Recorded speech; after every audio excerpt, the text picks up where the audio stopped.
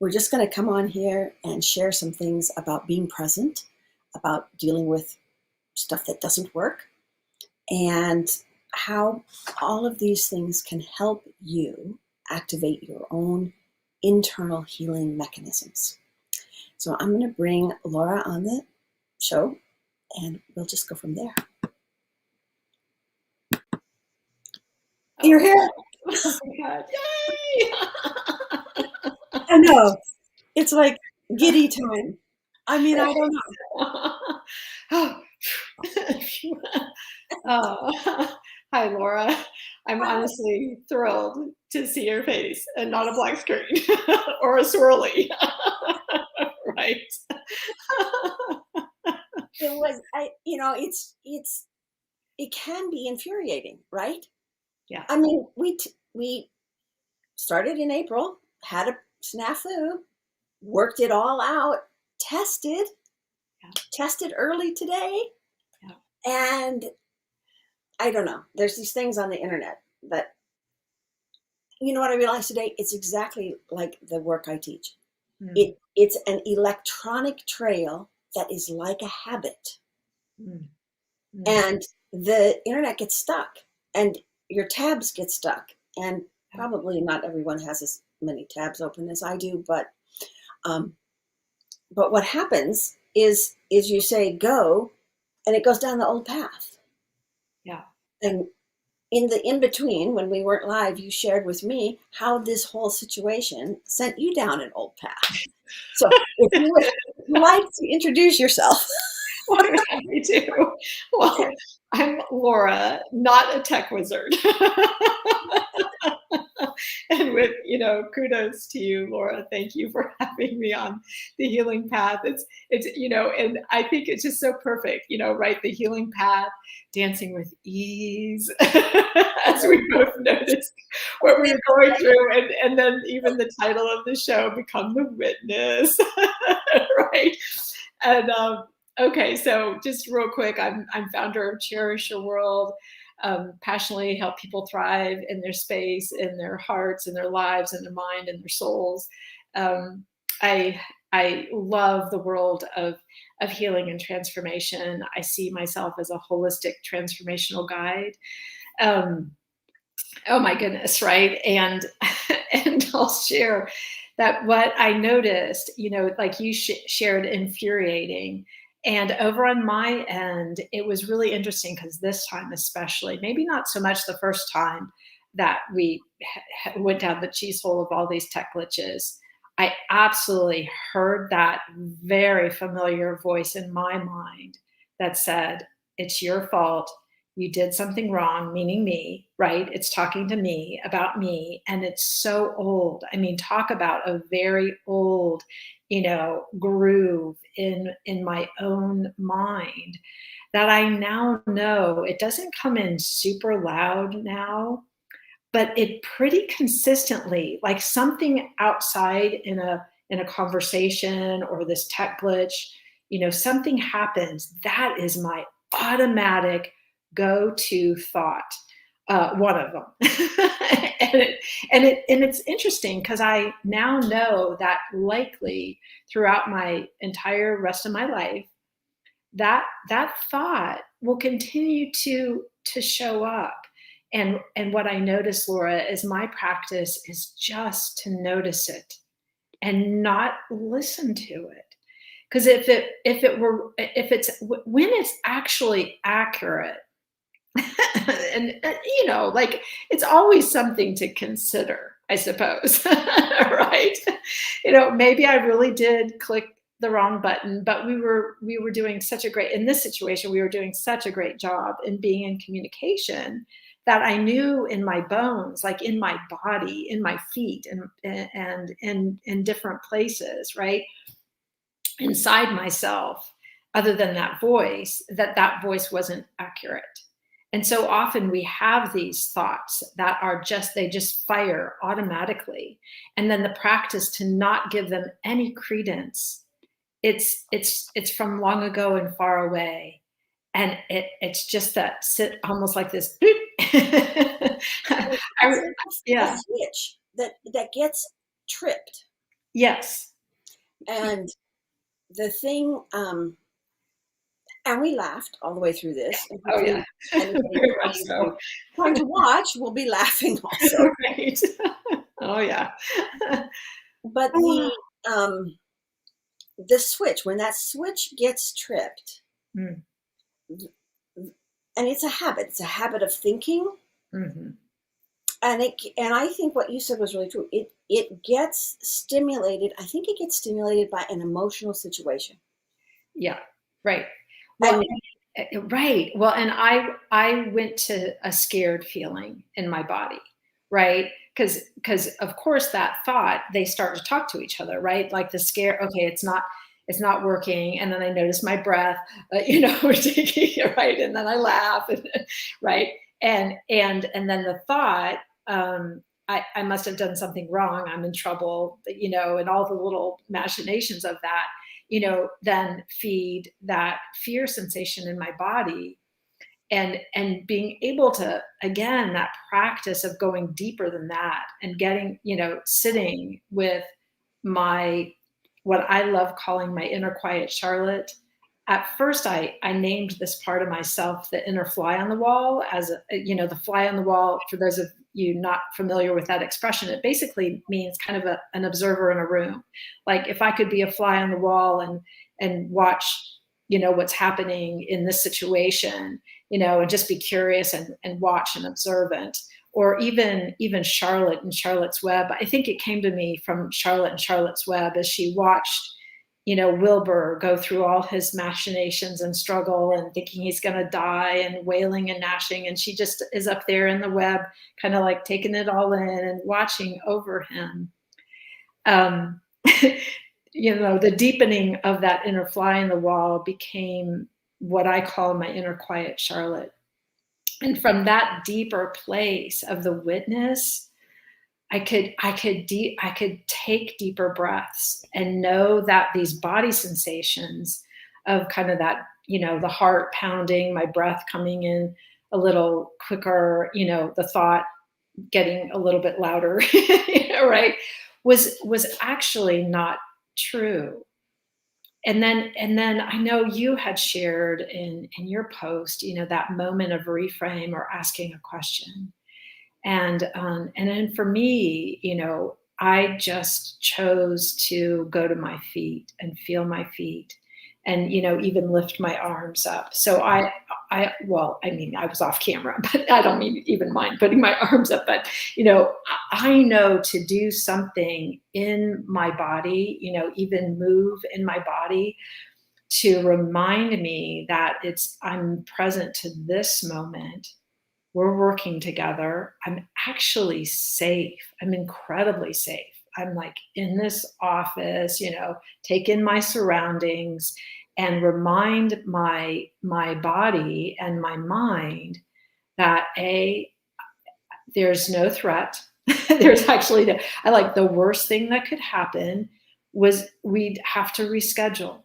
Right? I mean, like nobody's gonna come into the doorway and shoot me, right? You're not gonna, click, disconnect from well, me. and you're not going to get an F. Right, exactly, exactly. Oh my gosh, right. And I'm not gonna lose your, respect for me, like the cascade of all of those fears, right?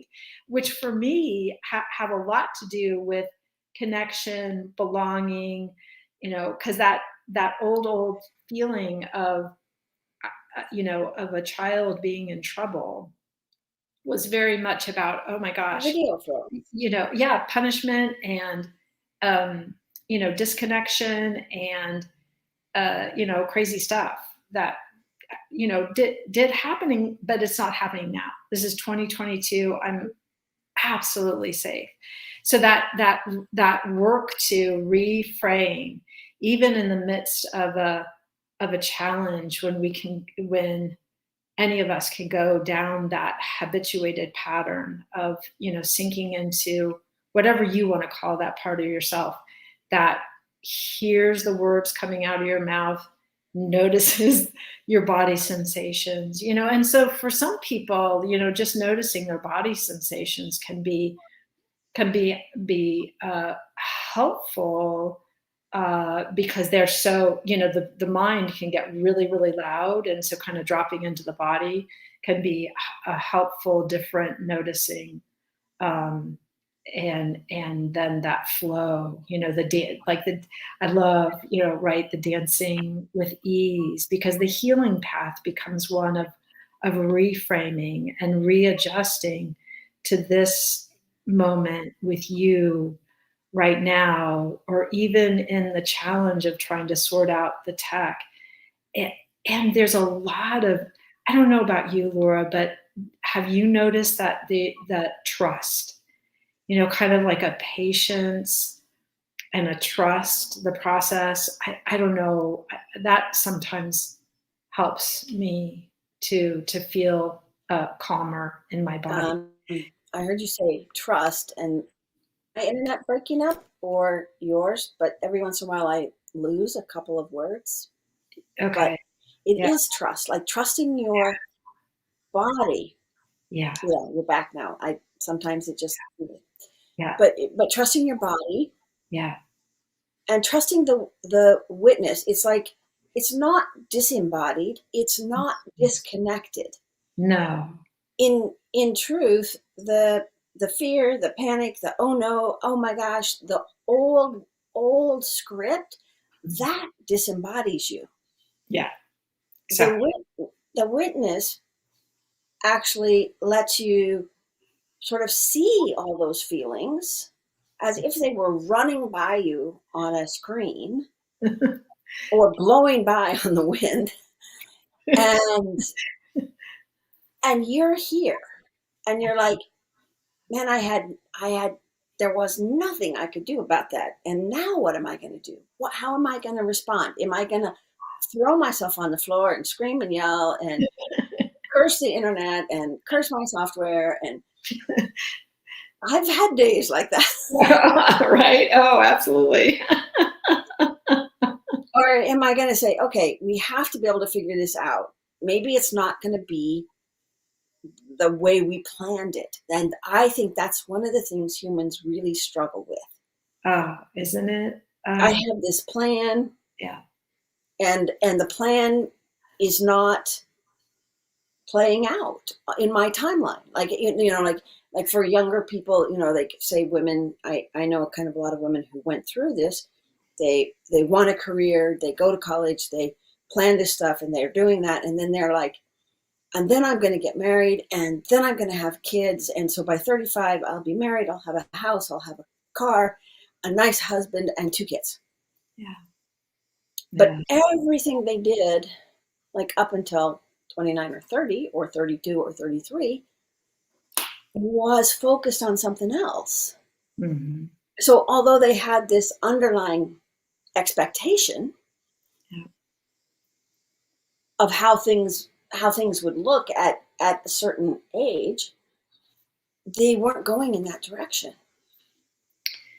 Right. with their choices. Yeah. Oh, right. Well, and what is it, that line, life is what happens when you're busy making other plans, right? And curveballs come, and the unexpected comes. It's part of living life. And it bumps up against exactly what you said, those expectations, right? Where, we make a plan, we're going to meet, and then, all these tech glitches happened. And then it's like, how do you respond to life on life's terms, right? Right. Because life is just being life. It's not personal, even though that thought in my head, was thinking, oh yeah, it is. It's just happening to Laura and I. Nobody else has ever had this happen. Not true, right? And but we get so grippy with our expectations, and then when those expectations aren't met, the disappointment, the frustration, and then there's all this emotional fallout, right? And it doesn't mean that one can't take steps towards a goal or aspiration, because I do, you have, I have. Um, but I call it holding softer hands, instead of this grippy holding tight to I want it and I don't want that and I want this, but softer hands and staying open hearted to what actually shows up. And then for me, grounding in those deepest values that I finally feel are anchored in my body, heart, and soul of, compassion, courage, love, creativity, embodied presence.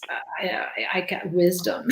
I could name a number of them, and then respond from that place, and not this clutchy other these other places that I've gone a thousand times where I've been throwing the tantrum, or I've been scared, or and I've noticed that those are just not they're not very fulfilling, just quite frankly.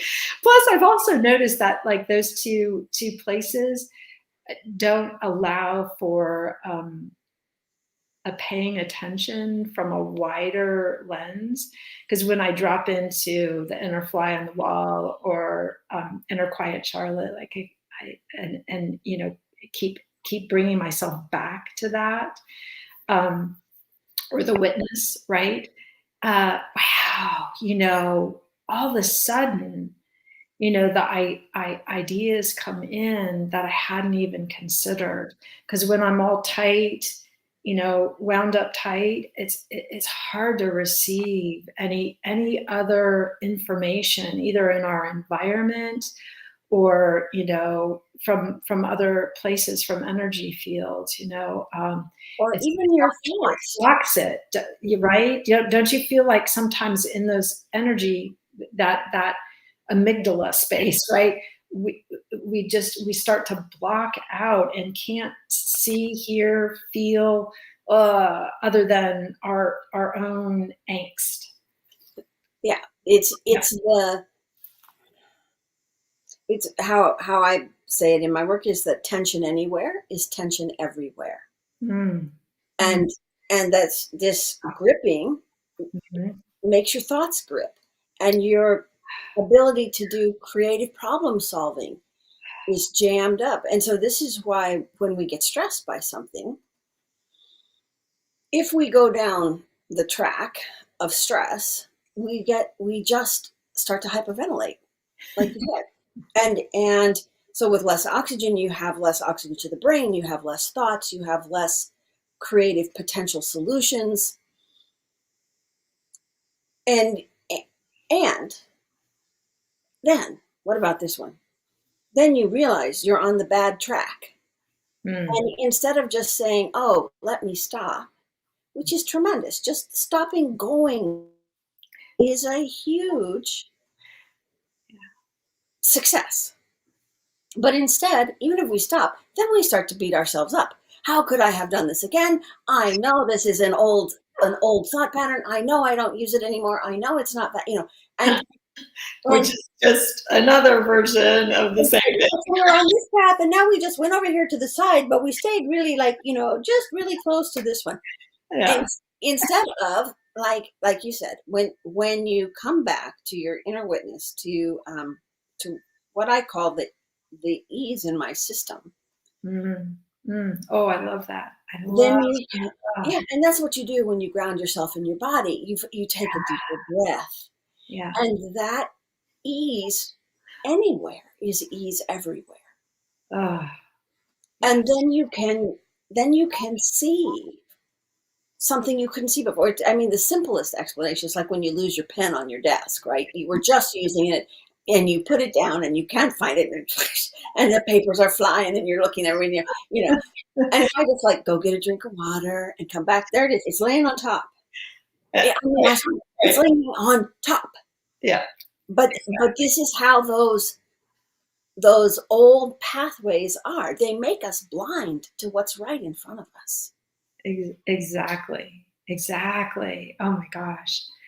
Well, and I love that kind of the return to the ease and the reminder, because ease and trust, and I guess the coming through, and those pattern interrupts of taking that deep breath, of feeling the body, of even laughing, right? Of just, okay, here I am. I'm in another, I already used up my creative tech clip. on my last two flyers. I can't do it again. Well, and to even remind myself, and this has gotten easier over time, that I'm human, right?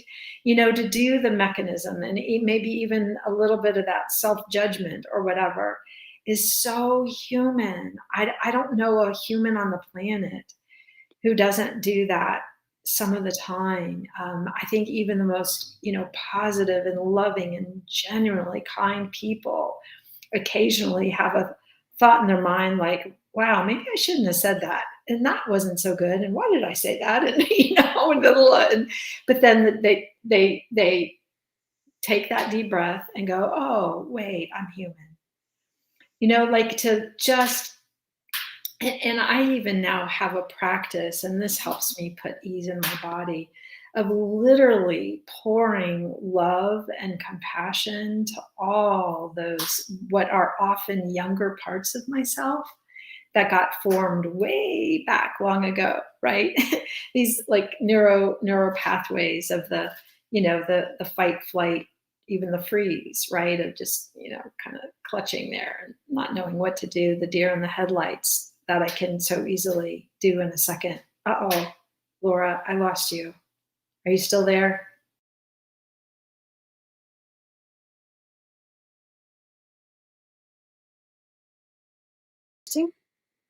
Now, I There don't know you what are. happened. Okay. I don't know. Okay. There we go again. It happened again. But yeah, to just pour that love and compassion, because what I've noticed, and I have a daily practice of meditation, and have been doing it, just rigorously, not rigorously like, but joyfully actually at this point, since August of 2014, haven't missed a day yet. And it's something that I'm really, really proud of, because the benefits of that reminder that I can go to this witness self with a certain ease, and those voices and those body sensations are often associated with all these younger selves, and to be able to pour that love and compassion and acceptance to all those parts of me, right, who thinks she's failed and thinks, people aren't going to love her, that everybody's going to abandon me or betray me, or I'm going to betray myself, or rejection, right? We now know in neuroscience that rejection feels like a physical blow to the body. It's an emotional thing, and yet the body kind of experiences that as a physical, assault, which is pretty intense, right? And to heal, to really deeply heal that in the pattern interrupt, and in the grounding of the ease of this moment, in the breath, in the movement of the body, and going to that neutral, in that neutral place. I was in a lovely workshop where we got to dance quite a bit, and we were also doing these postures, Laura. And I don't know if you've heard about this, but I thought it was the coolest thing, in terms of another idea that your listeners, or the folks listening and watching today, could consider. It's just a little offering on the table, but I learned about going into neutral, which is like softening the knees. So anytime I'm in one of these, to soften my knees, if I'm standing, and I happen to be standing, to place my tongue on the roof of my mouth, to soften my eyes, part my lips just a little bit, and just that relaxed and I thought, man, that's kind of like the pause. Many people are now talking about the pause, or, creating that space, like the Viktor Frankl quote about creating that space between stimulus. So we had the stimulus of these tech glitches, right? And then gradually widening that space between the stimulus of the glitches or something seemingly going not like we expected, the unexpected, and then finding ourselves, taking myself to that neutral place in my body with maybe that idea. And then it opens me to a whole bunch of possible responses, from laughter to hanging in there with you, to texting you, to trusting our process, to even telling myself, gosh, the worst thing that happens is we get to reschedule, right?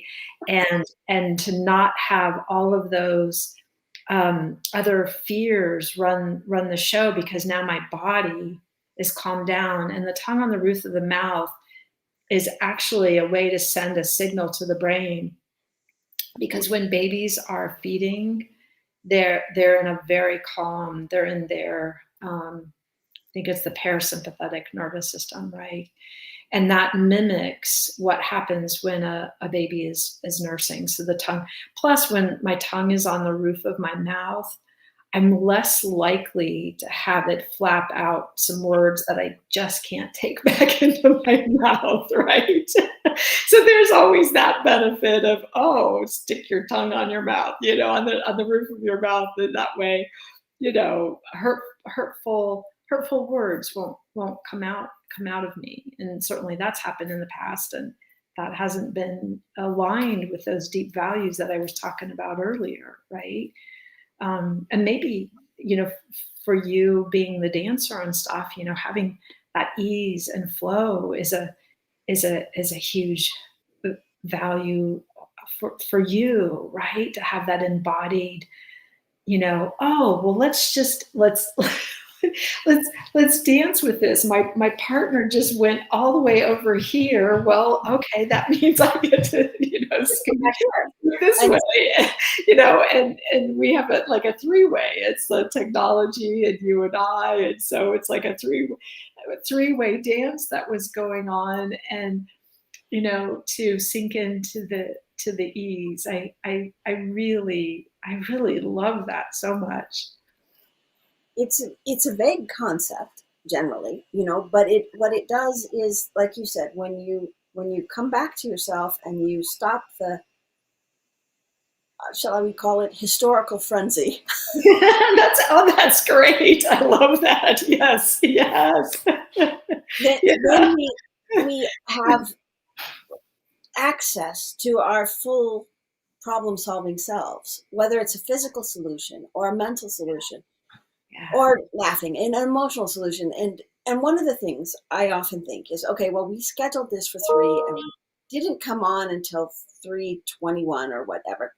So Right, maybe there was somebody who needed to catch this, who would have missed it had we started on the regular time. I don't know that, right, but I don't not know it either. right, right. And that's part of the trust, is that there's my plan, there's the stuff I do, and I do stuff to move the plan forward. Yeah, And absolutely. and then there's this other thing that shows up on the road. And I'm like, oh, do I want to stop and check this out? Whether it's like, like a little roadside stop, or a pothole Mm. that, gives you a flat tire, and suddenly you spend the night in a town that you would have never stayed in if you hadn't gotten the flat tire. And life is like that, Oh, gosh. Yeah, yeah, who do we meet when we're stuck in the airport because our plane didn't go? yeah, And that's frustrating, because we took the plane at this time because we have something over there that we want to get to by the right time, yeah, yeah. And it's the thing about, for me, about the witness is, it doesn't change anything that happens. It just gives me the power to change how I respond.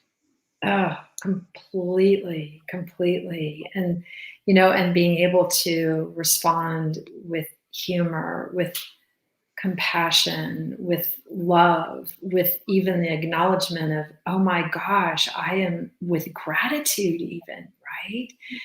Like, oh my gosh, I have technology.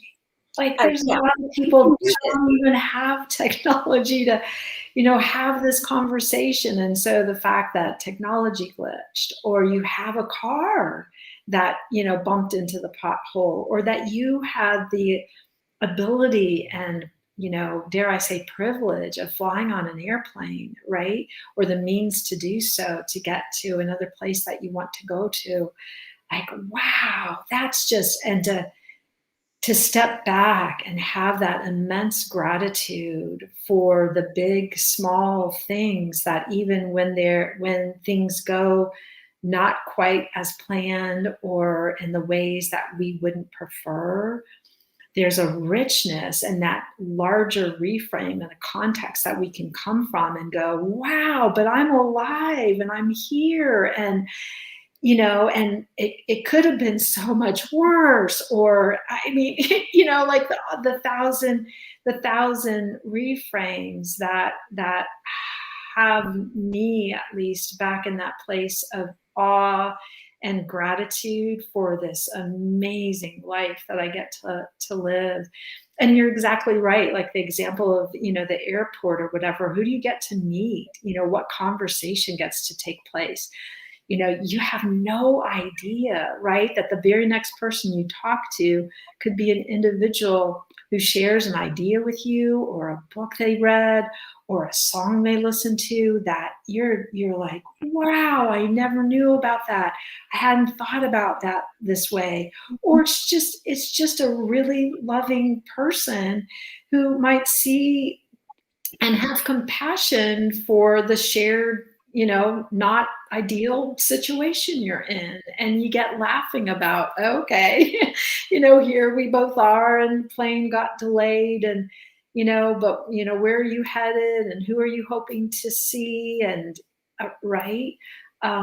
Because every moment, ultimately, Laura, is what I've learned is so precious and so sacred, that for me to get my panties in a wad about things that are out of my control is just, it starts to feel, and I don't shame myself with this, but it just, I less likely to put my energy towards that, because there's a bigger picture here, right?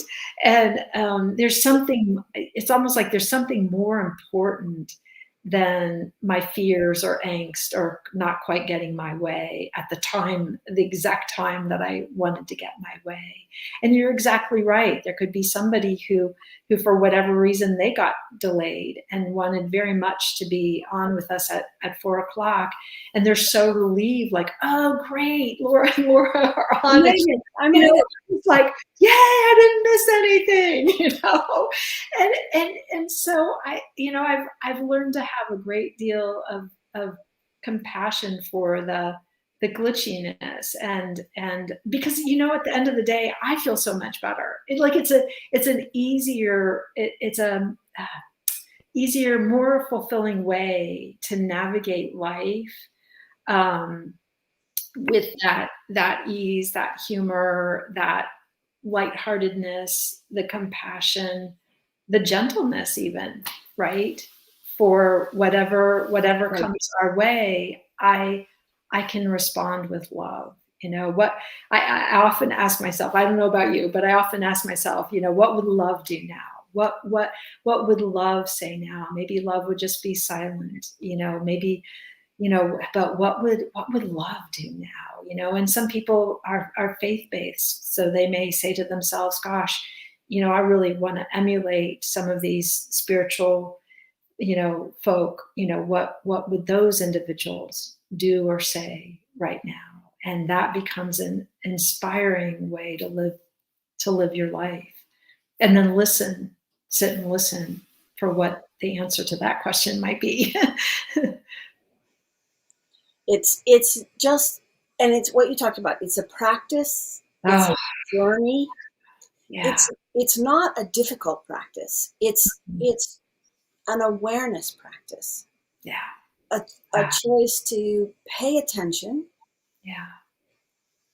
and and by paying attention, then gradually, and then making different choices, we suddenly start to learn how much power we have to choose how we're going to respond. Yeah. And that's sometimes it can happen in a flash. Mm. Mhm. I sort of think it happens, it seems like it happens in a flash after you have been practicing for a long time. Right. But it's just really, so I'm so glad we could chat. And I wanted to remind people that these are your contact links on the video screen. And if you want to get in touch with Laura, you can get in touch with her at any of those places, and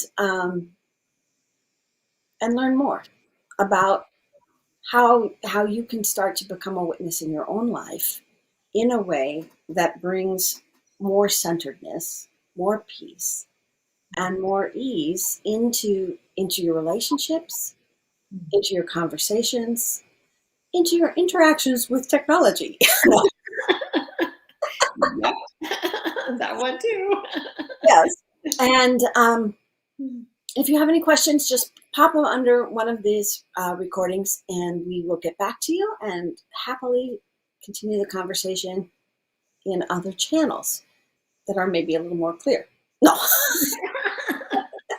no, it was delightful to talk to you, Laura. I had such a good time meeting you, and even though we had a few glitches, the glitches seemed to, well, add a little bit of richness and uh, even more excitement. Like, we did it, we made it, we're here. In greater relief, well, it almost adds more meaning because and thank you. It's always just wonderful to have an opportunity to connect and share these beautiful ideas with each other and whoever is listening. So just thank you so much. When you finally arrive right at what you had hoped to create it, and you've come through kind of it's like, oh man, it is. It's almost like some things are worth the wait, and I think that's true of a lot of life that's meaningful and valuable, right? So Right. thank you so much for this time, Laura. Thank you for sharing your joy and your compassion and your presence. It's been delightful. Thank you.